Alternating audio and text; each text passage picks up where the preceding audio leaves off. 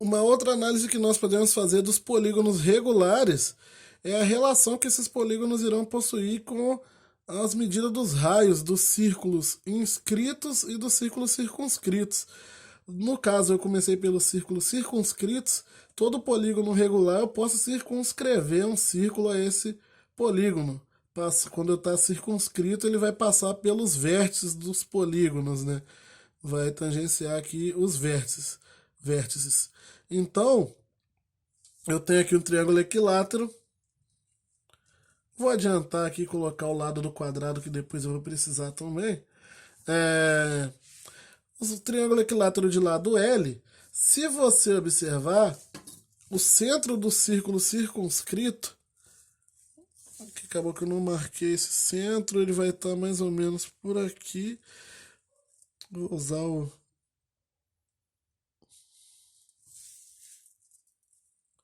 seria mais ou menos por aqui mesmo. Então, o centro do círculo circunscrito estaria mais ou menos por aqui. Ele vai coincidir com o baricentro, ortocentro e incentro do triângulo equilátero. Ele é essa medida aqui. Ele vai coincidir com o baricentro, com aquele ponto ali de encontro das medianas, das alturas, das bissetrizes, das mediatrizes, de todo mundo. Só que mais que isso, se você, não sei se vocês vão se lembrar, eu posso traçar ele para cá, poderia traçar ele para o outro lado aqui, ou poderia traçar ele para esse lado de cá. Esse é o raio do meu triângulo, do meu círculo circunscrito. Só que você tem que se lembrar aqui que esse raio ele está sendo equivalente àquele pedaço que equivale a 2/3 da altura do triângulo equilátero. Então, o raio do círculo circunscrito a um triângulo equilátero equivale a 2/3 da altura do triângulo equilátero, que é L raiz de 3 sobre 2. Então, esse raio do círculo circunscrito, se eu cancelar 2 aqui, fica L raiz de 3 sobre 3. Eu posso criar uma relação aqui entre o raio e o lado do triângulo, entre o raio do círculo circunscrito e o lado do triângulo que está circunscrito nele. Posso criar relações parecidas também para o quadrado. O quadrado, eu tenho aqui o quadrado de lado L, ângulos iguais a 90.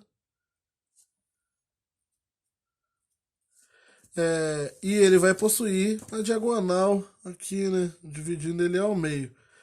O que acontece? O ponto de encontro das diagonais do quadrado será o centro do círculo. Vai estar por aqui assim. Não vou traçar outro para não perder informações aqui, para não sujar muita figura. Então, o ponto de encontro aqui das diagonais do quadrado será o centro do círculo circunscrito ao quadrado. E, obviamente, a distância desse centro até a borda aqui, até o vértice, será o raio do círculo. Só que o que você tem que lembrar? Essa distância toda aqui é a diagonal inteira. E a diagonal do quadrado equivale a L raiz de 2. Se metade dela é igual ao raio, isso quer dizer que o raio do círculo circunscrito a um quadrado é metade da diagonal desse quadrado. Então, o raio do círculo circunscrito vai ser L raiz de 2 sobre 2. Por quê? Porque L raiz de 2 é o valor da diagonal. Vamos então para o hexágono regular.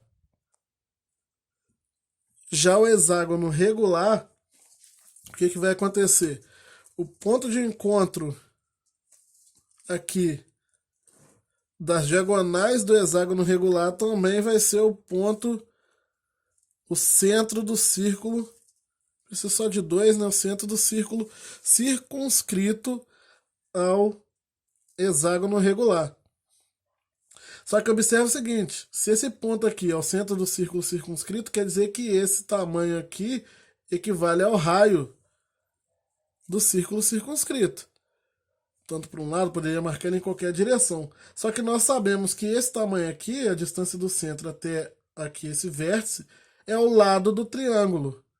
Um lado de um desses triângulos equiláteros, que são 6 triângulos equiláteros de mesmo tamanho.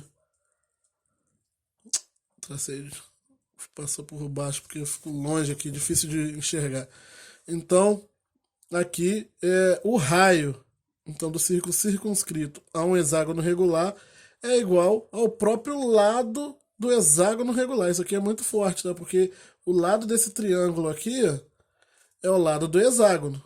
E isso aqui também é o raio do círculo circunscrito. Esse resultado é um resultado muito bom para se utilizar. E qual é agora a relação desses caras com os círculos inscritos? Aqueles círculos que passam por dentro, ao invés de passar tangenciando os vértices, eles passam tangenciando os lados. Vamos primeiro entender de novo o triângulo equilátero. Mas uma coisa é fato: o centro do círculo inscrito serão também o centro dos círculos circunscritos.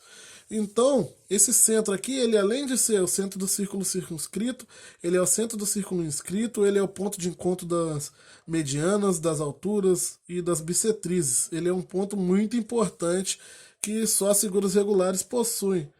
E o raio do círculo circunscrito, ele está aqui, ó.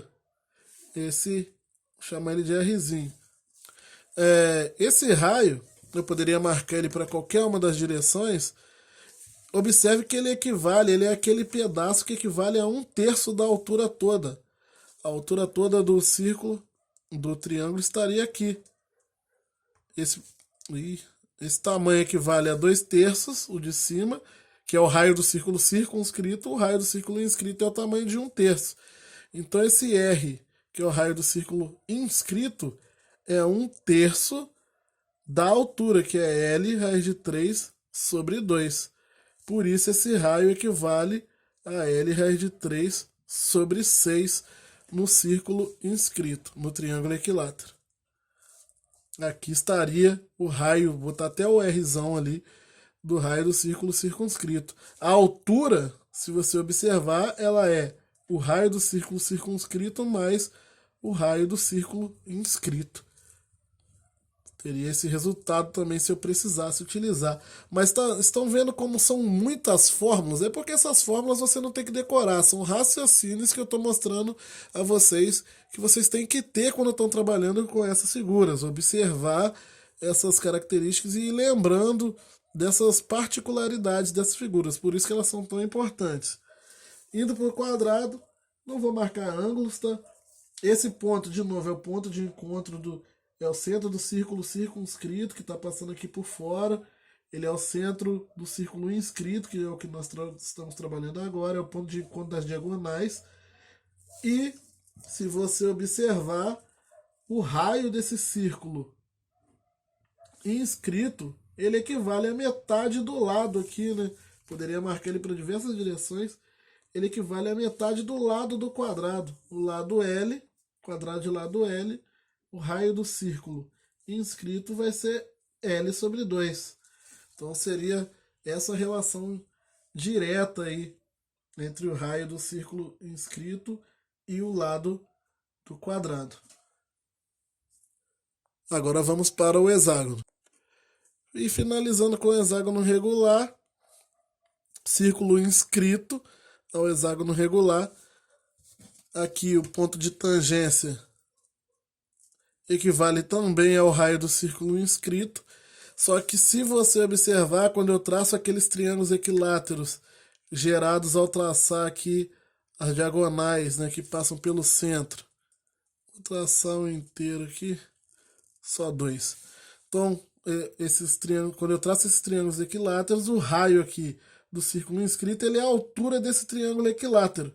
Só que esse triângulo equilátero, os lados deles equivalem a L, que é o próprio lado do hexágono regular. Isso quer dizer o quê?